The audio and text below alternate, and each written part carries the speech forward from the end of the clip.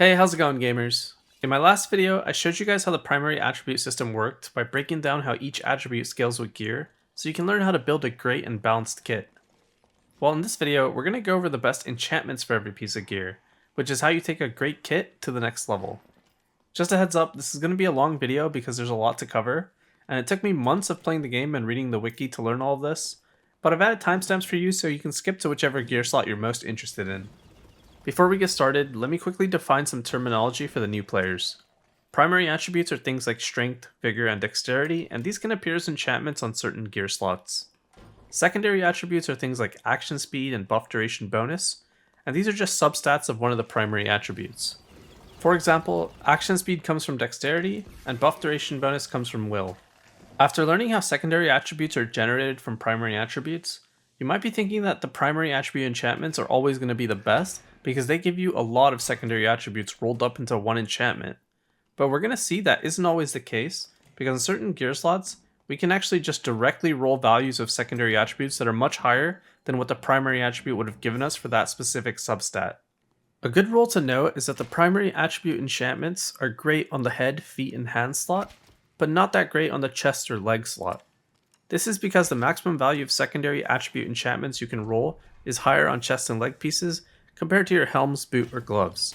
But the maximum value of your primary attribute enchantments on your chest and legs is the same as on your head, feet, or hands. So you can only roll a maximum of 2 no matter what piece it is. But the secondary attribute rolls get bigger on your chest and legs. I'm going to show you guys a quick example so you can understand this concept. On any of your major gear slots, which include the head, feet, hands, chest, and legs, the most vigor you can get as an enchantment is +2. 2 vigor is the equivalent of 3 maximum health for most classes. On your head, feet, or hand slot, you can roll maximum health directly as an enchantment up to a maximum value of 4. A 4 health enchantment is slightly better than a 2 vigor enchantment, but keep in mind that primary attributes are also giving you other substats, and in the case of vigor, you're getting some health recovery improvement as well and not just maximum health, which makes the 2 enchantments pretty comparable. On your chest and leg slot, however, the maximum health value we can roll directly as an enchantment changes from 4 to 6, and remember that the maximum vigor enchantment is still only +2. Now you can see the difference between 2 vigor and 6 health is a lot more black and white. We're getting double the value from just rolling health directly rather than vigor on our chest and legs. If you apply this analysis to any of the other primary attributes and their corresponding substats, you'll find a similar result. For example, if you're trying to decide between strength or physical power, or dexterity versus action speed, the chest and legs can roll higher secondary attribute enchantments, so we want to prioritize those. If you need to get a primary attribute enchantment, like let's say you're playing wizard and you're missing some knowledge, then get that knowledge enchantment on your head, hands, and feet slots if they're available, rather than on your chest and legs. I should mention here that if a piece of gear you're wearing already has a primary attribute as a base stat, you're not going to be able to roll that as an enchantment. So for example, on a kettle hat which already comes with knowledge as a base stat, you cannot get knowledge as an enchantment. Another important thing you need to know is that certain enchantments were very powerful in the past, and the way that was solved was to limit which gear slots those enchantments can appear on. Knowing where these limited enchantments can appear and what they are is one of the easiest ways to identify great items quickly. Let's first analyze enchantments that can appear on the 5 major gear slots, which are the head, hands, feet, chest, and legs.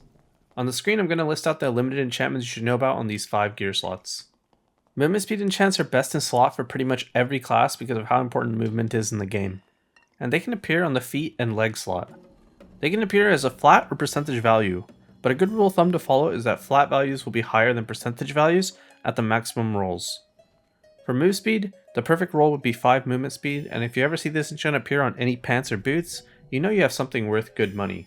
Another type of limited enchantments you should know about are the magical and physical version of true damage and additional damage. The magical version of these rare damage enchantments can appear on the helm slot, and the physical counterparts can appear on the glove slot. The maximum value is 2 for these limited enchantments, so if you're playing a heavy damage class like wizard and you find a wizard hat with 2 true magical damage, you found something great that could be worth a lot of money. The same is true for physical classes like rangers, who are seeking true physical damage enchantments on their gloves to maximize their damage output. The reason these enchantments were limited was to keep the maximum damage output of these high DPS classes in check.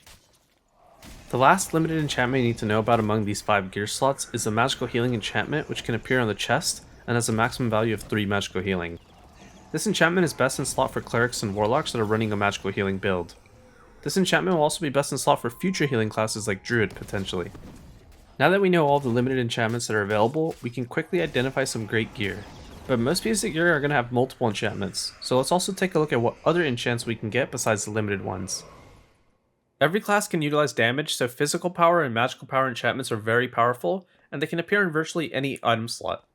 These can also appear as physical power bonus or magical power bonus, which are not exactly the same thing, but you can treat them the same for now, because going into their differences will require a different video. The maximum rolled value of these damage enchants is 3 on the Helm, boots, and gloves, but it can go up to 5 on chest and legs. Remember how earlier we talked about primary attributes are fine on helms, boots, and gloves, but not on the chest and legs? And that's a good example why. You can get way more physical power by rolling the attribute as an enchantment directly, rather than trying to indirectly gain physical power by getting +2 strength as enchantment on a chest or leg piece, and that only translates to 2 physical power in most cases. Another great enchantment that can appear virtually on any gear slot is flat health. Health can be utilized by any class, so it's always great to see this as an enchantment, and it'll definitely raise the value of most items that have a flat health enchantment. Health can also appear as a percentage value, but as I mentioned before, aim for flat enchantments rather than their percentage counterparts in most cases. With that information, we can now take a look at what ideal items can look like. For a ranger wearing cloth pants, the ideal enchants will be 5 move speed and 5 physical power. If you check the marketplace for these rolls, you'll see that the price is going to reflect the power of these enchantments. A blue cloth pant with these enchants is stronger than most epic or legendary cloth pants, which is why the price is so high. How about the best rare gloves for a Slayer fighter? We want to prioritize our limited availability enchantment of 2 additional physical damage, and then we can add on the general damage enchantment of 3 physical power. But since this is the glove slot, a primary attribute enchantment like 2 strength or 2 vigor rather than 3 physical power would work just as well. And don't forget, flat health as an enchant is also one of the best rolls you can get, and it's highly sought after on these frontline classes. Perhaps you main Cleric and you want to know what the best enchantments on your kettle hat should look like. If you already have your ideal value of 40 will from your kit, magical power enchants are no longer effective, and you should focus on health or agility. A kettle hat with 4 max health and 2 agility would be very powerful for a backline Cleric. 4 max health is slightly better than 2 vigor, but 2 vigor and 2 agility will also work fine because again, primary attribute enchantments are fine on the helm, glove, or feet slot.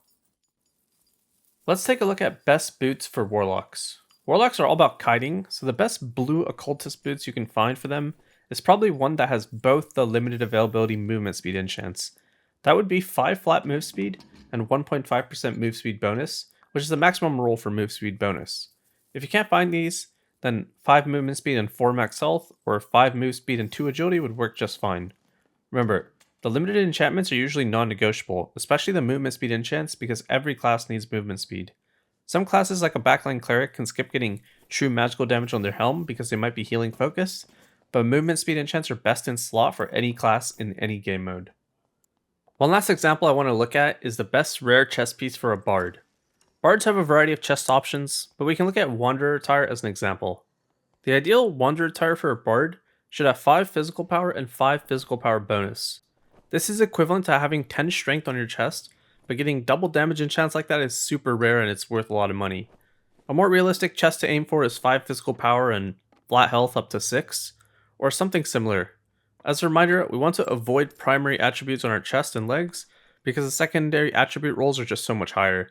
2 vigor on a chest is much worse than just getting 6 health directly, because 2 vigor only gives you 3 health, so it's like half the value. I think this is an oversight by Iron Mace, and the primary attribute enchantments on chest and legs should roll a bit higher, maybe like to a maximum value of 3, so they can compete with the secondary attribute enchantments. Alright, I think that was enough examples, and you have a good idea of how to build your enchantments, at least on your 5 major gear pieces. So now let's look at the remaining gear slots. For your jewelry and cape, the main thing you need to know is that all the limited slot enchantments like movement speed, true damage, magical healing, they're all available. Well, actually, magical healing isn't available on the cape, but the rest of the limited enchantments are. The necklace slot has the rarest enchantment in the game, which is +1 all attributes, and it only appears on necklaces. Needless to say, it's pretty bis in most cases, so aim for that. And when you're evaluating rings to be good, you're looking for rare damage enchants like true physical or true magical damage, and you're also looking for movement speed enchants, which are really good. And then of course, if your class uses healing, magical healing is one of the best rolls you can get. Besides those rare and limited enchantments, The universal damage enchantments like physical power and magical power are always nice. And of course, don't forget flat health is always good on any piece of gear. So those are the enchantments you guys are looking for on rings. The same rules apply for the necklace, but prioritize all attributes over the other stuff. And then if you can get other limited enchantments like true damage and all attributes together, that would be really powerful. You can't roll primary attribute enchantments on jewelry or cape slot, so finding great items is not too difficult. Just look for damage, health, or movement speed rolls, and you have strong enchantments. Let's take a look at some examples of jewelry and what the ideal rolls should look like. For rangers who love to stack dexterity, the perfect blue dexterity rings should have 2 true physical damage and 3 physical power. Easy enough, rangers are a DPS class, so we want to have damage over the other utility rolls like health or movement speed. But of course, if you can find a ring with health or MS, that's super good as well. Honestly, 2 true physical enchant alone makes it a good ring, and finding a second enchantment that's good is just a cherry on top. And you're going to pay a good price for those, but if you find them in the dungeon, you also made a lot of money. By the way, I know I never addressed this, but you might be wondering, what's the difference between true physical damage and additional physical damage, and the same for the magical enchantment counterparts? The answer is it's complicated, so don't want to get into it in this video because it kind of needs its own video because the damage calculation is a little bit complex. But for now, they're both good enchants, but some classes prefer true damage and some classes prefer additional damage. You'll have to look it up for your class until I release the video for that specific class. Let's take a look at wizards. The ideal rare wizard ring would be wisdom rings with 2 true magical damage and 3 magical power. That wasn't too hard to figure out. It's very similar to rangers. We want to stack damage where we can, and of course get the limited availability damage enchantments if possible. Wizards also like to stack health because they're a squishy class and they have very low health to begin with, so high health allows them to play way more aggressively. So wizards look for something like 2 true magical damage and 4 max health. That would be a great ring as well, and the same goes for the movement speed enchantments. Let's take a look at a backline cleric who's playing in a composition where he has to heal a lot. The ideal rings would be wisdom or will rings with 2 magical healing and 4 maximum health, or 3 movement speed. Any combination of those enchantments is good, but prioritize getting the magical healing because it changes your output healing by a huge factor. A great necklace for a cleric should have 3 magical healing as priority 1, but again, the super limited +1 all attributes is also a good second option.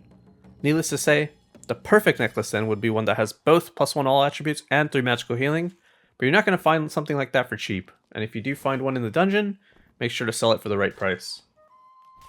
And for capes, we can follow pretty much the same logic as jewelry, meaning prioritize the limited enchantments first like true magical damage and movement speed, and then go for the useful universal enchantments like physical power and flat health. So, not too hard. The final gear slots we need to look at and understand are the weapon and shield slots. These are actually really simple. For physical damage classes, the best weapon enchant will be weapon damage, which is the biggest factor in determining how much damage your melee swings do. For one-handed weapons, the maximum weapon damage roll is 2 weapon damage, and for two-handed weapons you can roll 3 weapon damage.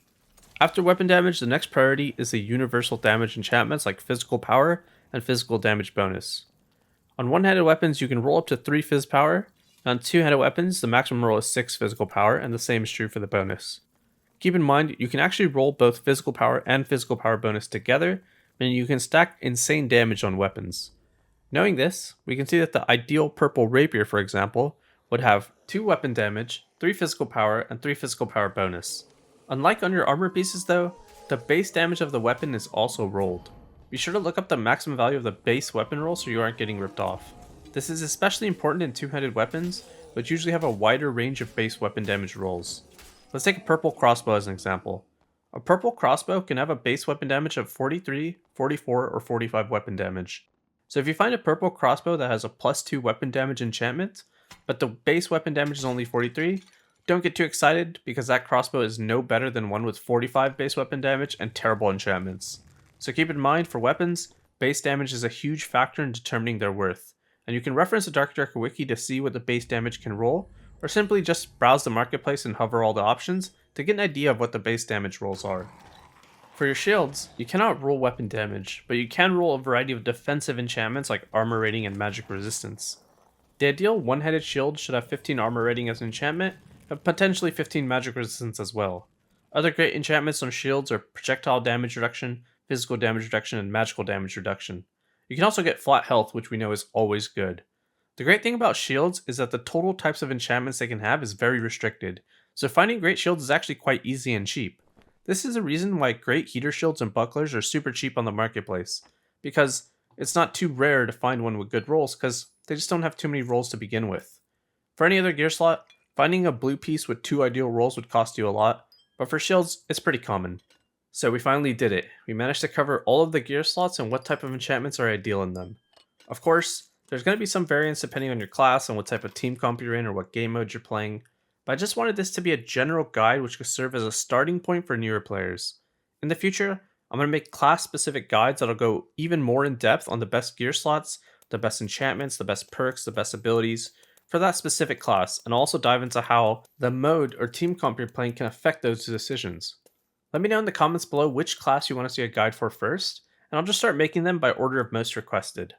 Hopefully you guys learned something new from this video, because it took me months of playing the game since the playtest to learn all this information.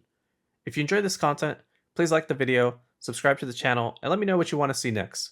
All these things help the algorithm support my video, especially since I'm new to the Dark and Darker community, and I'm actually coming from the League of Legends community where I used to make educational content as well. Thank you all for watching and liking my video, and if you enjoyed it, then I'll see you in the next one.